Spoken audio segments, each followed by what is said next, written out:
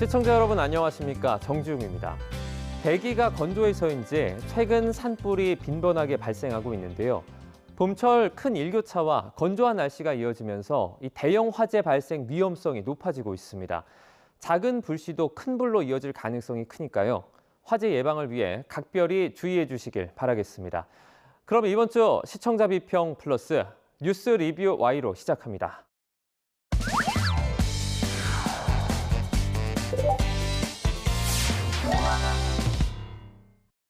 네, 세 분 어서 오세요. 안녕하십니까?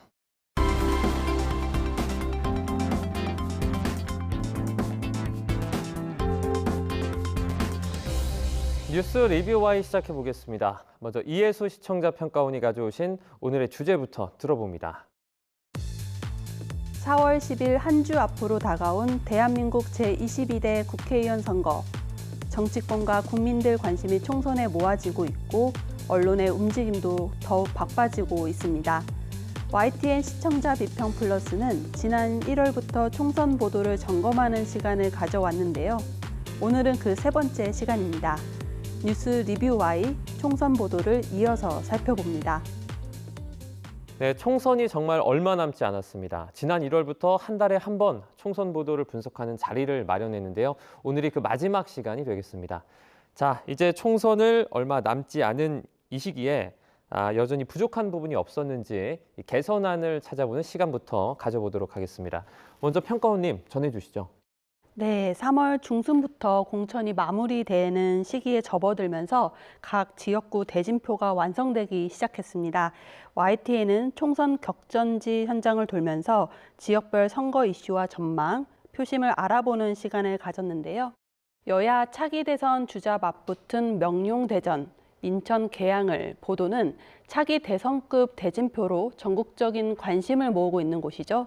이재명 더불어민주당 대표와 원희룡 전 국토교통부 장관이 출마한 인천 계양을을 취재했습니다. 해당 지역의 역대 선거 결과를 정리하는 화면을 삽입해 전적을 확인시키며 민심의 동향을 짐작할 수 있었고요. 정부 여당 지지자와 야당 지지자 인터뷰를 연달아 배치해 형평성을 기하면서 민심을 균형감 있게 전하는 것도 잊지 않았습니다. 계양을에서 나오고 있는 주요 현안이 무엇이고 또 두 후보자는 어떻게 접근하고 있는지도 전해 유익한 보도였습니다. 원조 친노 이광재 대 잠룡 안철수 성남 분당갑 보도는 구체적인 공약과 지역민의 바람, 지역구의 역사적 맥락을 종합적으로 소개한 좋은 보도입니다.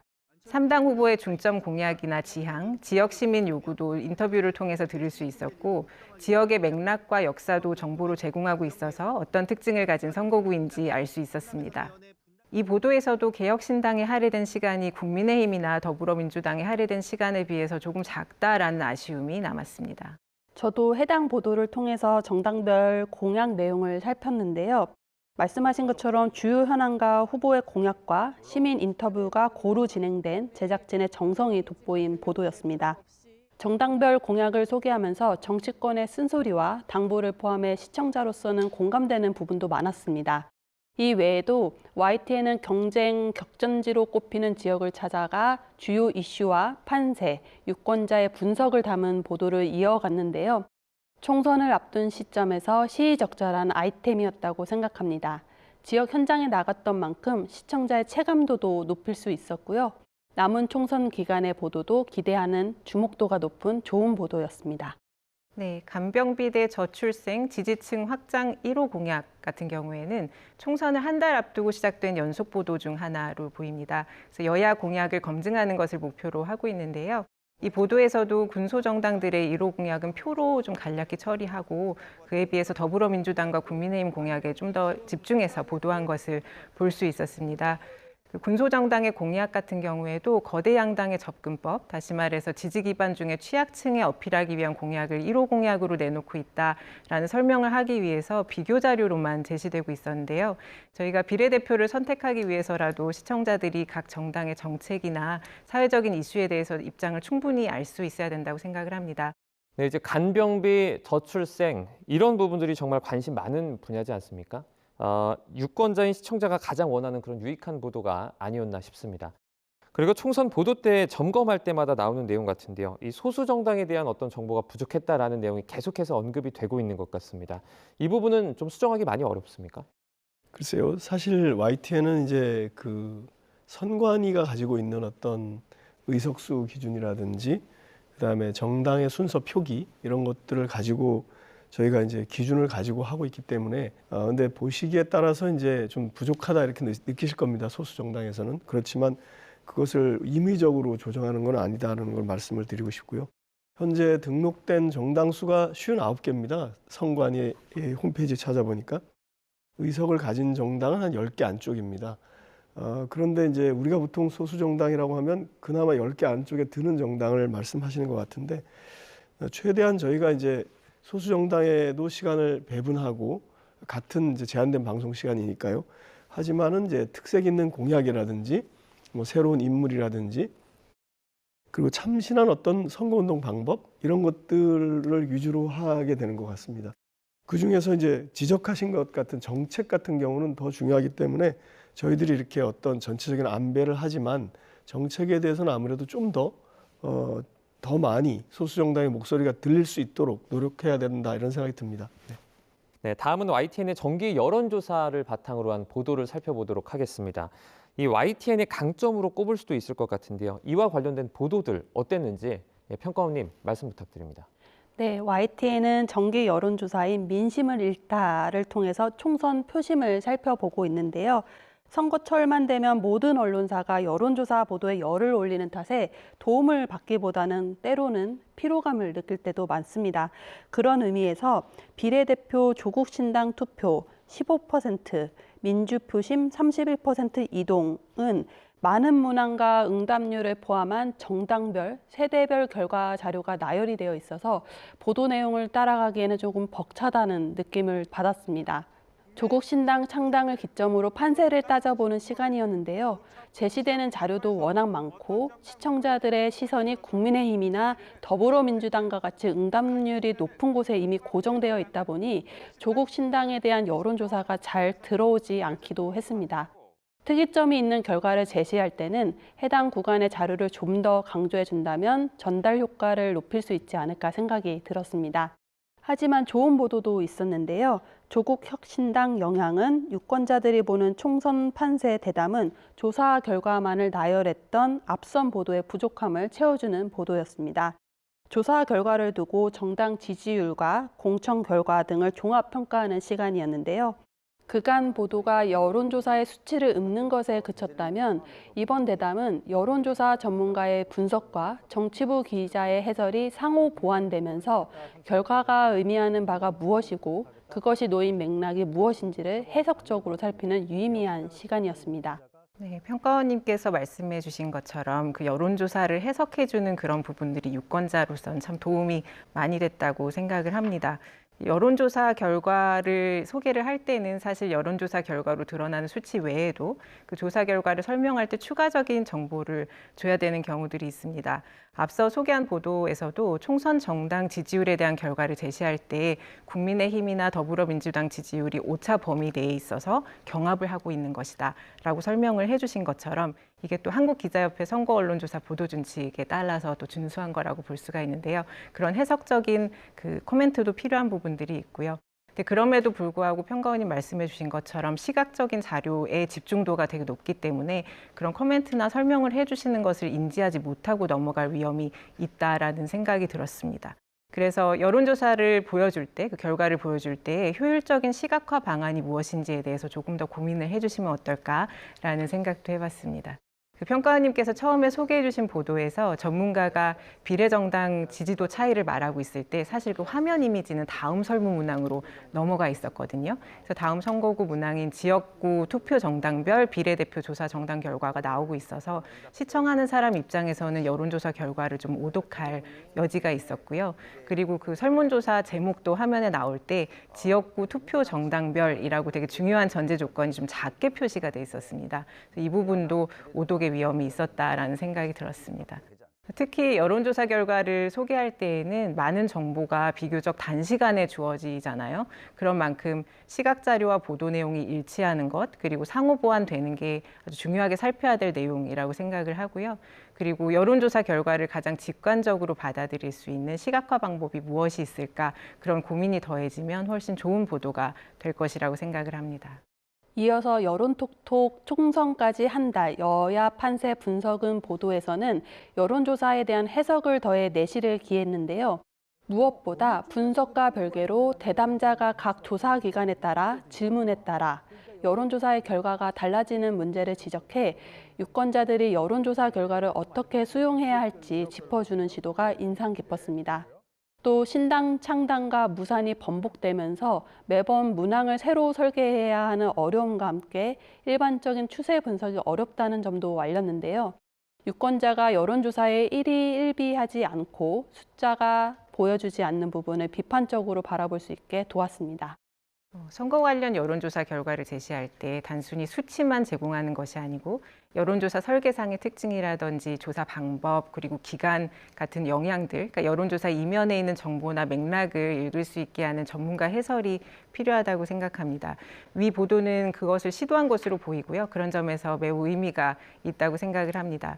예를 들어서 전문가가 이야기할 때 갤럽이나 리얼미터 조사 결과 차이가 이런 것이 있다라고 짚으면서 여론조사 결과가 업체나 질문지에 따라서 달라질 수 있음을 설명한 것은 여론조사 결과를 보다 비판적인 시각으로 읽을 수 있도록 도운 그런 사안이라고 생각을 합니다.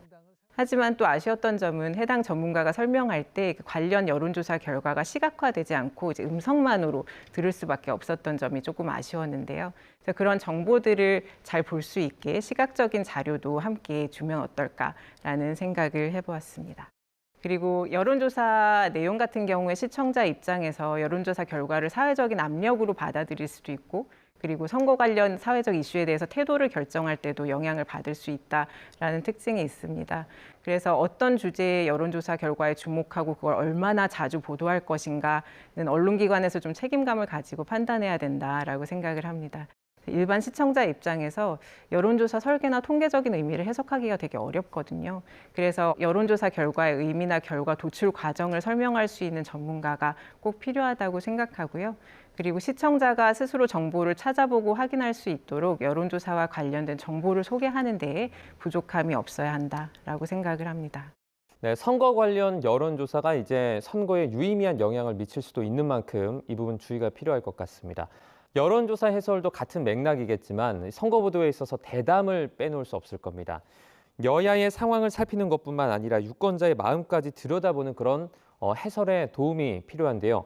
YTN 대담에 있어서 부족한 부분은 없었는지 살펴주신 내용 전해주시죠. 네, 공천 마무리 단계에서 진행된 총선 디데이 32 여야 공천 막바지 공세 수위 높아져 대담은 흥미롭게 본 코너였는데요. 정치 리더십 전문가와 여론 분석 전문가가 총선에 대해 논평을 주고받는 구도는 낯설지 않은 풍경인데요. 각 정당의 총선 전략이 가진 취약점과 문제점을 다뤄 신선했습니다. 우선 거대 양당의 전략을 두고 여성과 청년 공천 비율을 더욱 높여야 한다고 제안하기도 했고요. 민주당은 친명계에 밀집된 공천을, 국민의힘은 당내 싫은 소리 못하게 하는 공천임을 지적했습니다. 또 조국 혁신당에 대해선 팬덤 현상에 대한 주의를, 개혁신당이나 새로운 미래 등 제3지대는 빅텐트 불발에 대한 실망감으로 지지율을 끌어올리지 못하고 있음을 언급했습니다. 총선을 앞두고 진행되는 많은 보도들은 각 정당이 내세우는 공약이나 표심 전략을 리포트하는 경우가 많은데요. 이 대담은 그보다는 합리적이고 타당한 수준에서 비판적인 논평을 내놓으면서 시청자들의 요구에 부응했고 언론의 감시와 비평의 역할도 톡톡히 해낸 대담이었습니다. 선거 관련 이슈를 짧게 전달하는 스트레이트 기사들이 있고 그리고 선거 관련 이슈에 대한 논평이나 추가 설명을 대담으로 풀어내는 대담 형식의 보도들도 쉽게 접할 수 있었습니다. 더 뉴스 이재명 조국 같이 승리하자 한 목소리, 여 국민추천제 발표 같은 경우는 그 선거 관련 이슈들을 소개하고 이에 대해서 서로 다른 정치적 입장을 가진 두 명의 전문가가 각각의 사안에 대한 의견과 해석을 제공했습니다. 한편에 치우치지 않고 균형 잡힌 해석을 듣고자 하는 시도가 있어서 보도의 객관적 방법론을 추구한 적합한 시도라고 생각했습니다. 하지만 그 대담 형식의 보도가 전문가 개인의 해석과 입장을 들어보는 구성인 경우가 많잖아요. 그래서 전문가가 자신의 주장에 대해서 이야기할 때는 근거를 확실하게 제시를 해야 된다고 생각합니다. 일부 전문가들은 그러지 않을까 식의 추측성 발언을 하거나 모호한 표현을 하는 경우가 있는데 이렇게 되면 선거 보도의 신뢰도를 손상시킨다라고 생각을 하거든요.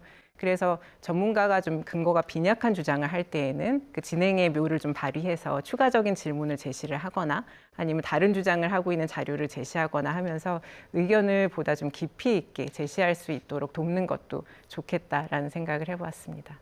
계속 질주, 식물 정권, 총선 결과가 윤 운명 가른다 보도는 4월 10일 총선의 성격을 해설하는 보도였습니다. 총선 보도가 후보자 개인의 도덕적 평가에 집중하는 경향이 두드러지면서 총선이 어떤 의미를 갖는지, 결과에 따라서 어떤 새로운 국면에 접어드는지 조망하지 못하는 경우도 많은데요. 이 보도는 이번 총선이 윤석열 대통령 취임의 2년에 대한 평가와 윤석열 정부의 중후반기 국정 동력을 좌우할 변곡점이라고 규정하면서 총선의 의미를 각인시켰습니다. 또 여당이 과반 일당이 되면 국정과제를 구현할 토대를 마련할 수 있지만 패배하게 되면 시행령 정치를 반복할 가능성이 높고 크게 진다면 식물 정권, 조기 레임덕까지 갈 수 있다고 관측하면서 과거 정부의 사례와 해설을 곁들여 전망을 납득시켰습니다. 아이템 제목부터 선명하고 직관적인 표현을 사용해 시청자들의 관심을 집중시키기에 충분했고요. 유권자들의 정치 참여를 독려하는 역할을 하기에도 충분한 보도였습니다. 뉴스큐 전원책 친문 임종석 홍영표 강훈 양면 작전인 듯 이 보도는 선거 관련 정치권 이슈를 전문가 논평과 함께 소개했습니다. 앞서 말씀드렸던 것처럼 대담 형식의 보도를 볼 때에 논평하는 전문가가 누구인가, 이들에게 요구되는 전문성과 태도는 무엇인가를 다시 한번 생각을 해보게 됩니다. 시청자 입장에서는 정치 뉴스나 선거 보도 같은 것들이 다른 사회적인 사안에 비해서 일상 밀착성이 좀 약하다라는 생각을 하게 되고 정치 관련 배경 지식이나 맥락적인 이해가 필요한 좀 복합적인 사안이다라고 느끼면서 거리감을 가지게 되는 경우들이 있는데요. 이런 거리감을 좁히고 정치 뉴스를 시민의 삶과 가까운 뉴스로 받아들일 수 있게 하는 것이 대담이나 뉴스 좀 논평을 하는 전문가들의 역할이라고 생각을 합니다. 시청자들의 뉴스 리터러시 향상을 위해서 대담 형식 보도에 전문가가 왜 참여하는지 그 목적과 전문가의 역할과 자격 등에 대해서 내부적으로 정확한 기준을 설정하고 이를 시청자에게 명확히 제시하는 그런 방법도 있을 것이라고 생각을 합니다. 그렇게 되면 시청자 역시 보다 적극적으로 전문가들의 논평에 대해서 판단하고 자기 의견을 만들어갈 수 있을 것이라고 생각을 하고요. 그리고 선거 관련 사안에 대해서 대담에 참석한 전문가가 해석한 내용만 다루고 그 보도가 끝난다기보다 해당 대담에서 제기된 주목할 만한 이슈들이 있고 또 후속 취재의 주제들이 있잖아요. 그런 것들이 또 심층 보도로 이어지면 좋겠다라는 생각을 해봤습니다. 네, 전반적으로 이제 YTN 관련 대담 부분의 경우에는 좀 긍정적으로 평가를 해주신 것 같은데요. 곧 이제 총선을 앞두고 있지 않습니까? 그래서 지금 이 시기에서도 사실 YTN은 열심히 준비하고 있는 부분들이 있죠. 총선에서 공천을 받은 후보들의 그 특징, 성별, 나이, 직업 이런 걸 분석하는 것은 굉장히 좋은 정보라고 생각하고요. 언론사가 그걸 하는 게 맞다고 생각합니다. 그리고 전문가 패널의 경우가 이제 너무 문제로 지적되는 경우가 종종 있는데 지금 말씀하신 것처럼 좋은 전문가, 그다음에 양질의 전문가랄까요? 그리고 전문성이 정말 있는 그 분야에 경험이든 어떤 뭐 학문적으로든 그런 사람들을 모시기 위해서 저희가 굉장히 노력하고 있고요. 또 좋은 전문가를 모시기 위해서 저희가 더 노력을 해야 될 것 같다 그런 생각을 합니다. 네, 그럼 오늘 리뷰와의 내용 정리해 보도록 하겠습니다. 이것만은 꼭 시간인데요. 평가원님부터 한 줄로 오늘 요약해 주시죠. 총선 이후 한국 정치에 대한 방향성 제시해야.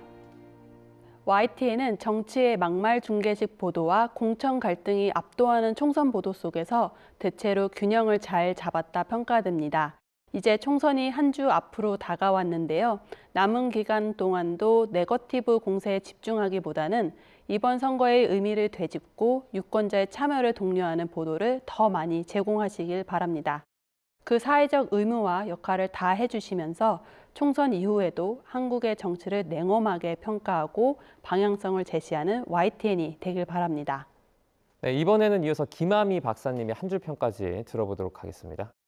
갈등 위주 보도가 아닌 정책 중심 선거 보도로.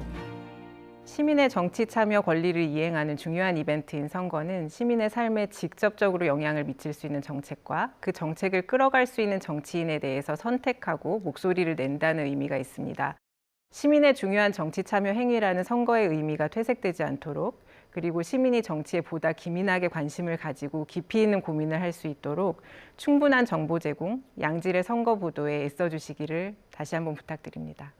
네, 이제 두 분의 어떤 한 줄 평을 요약을 해보자면 한국 정치의 방향성을 제시할 수 있도록 정책 중심의 선거 보도 정도로 저희가 정리를 할 수 있을 것 같습니다. 네, 오늘 리뷰와의 순서는 여기서 마치도록 하겠습니다. 세 분 오늘 말씀 잘 들었습니다. 고맙습니다.